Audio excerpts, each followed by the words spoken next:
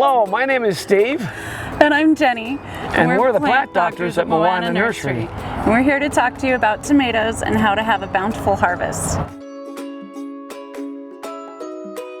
The first thing you need to know about tomatoes is to find a sunny spot to plant them. They love sun and they'll want at least 8 hours of sun a day.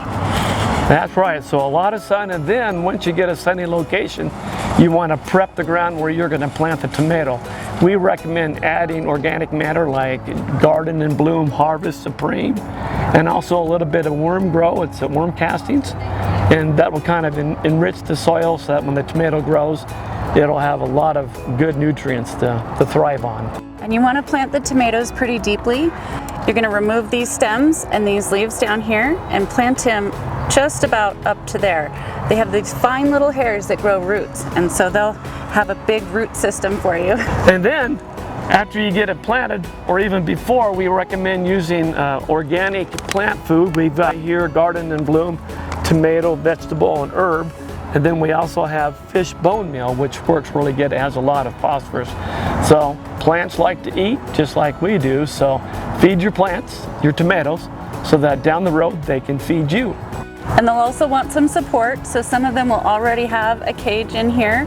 You may need to upgrade them to a bigger cage or a taller support, depending on how large they grow. Pro tip, when you're planting your tomato plant, put the cage on when it's still small so it's easy to get around, and that way it can grow in and everything else, rather than waiting until it gets bigger and then trying to wrangle it on there and damage the stems. So some of the common problems that you want to look for your tomatoes, one of them is blossom end rot.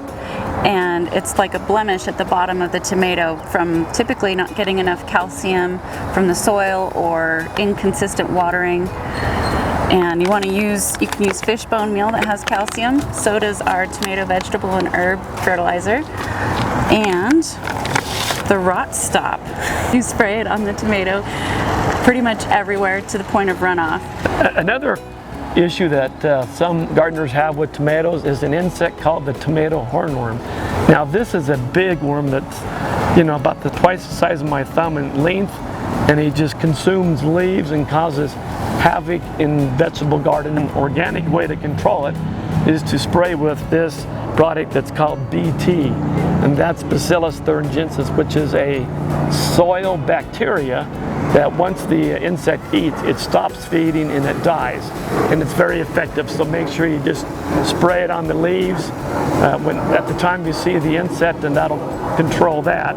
If you have other insect problems like aphids, we have this chemical here. Again, it's organic, and that will kill aphids or other soft-bodied insects.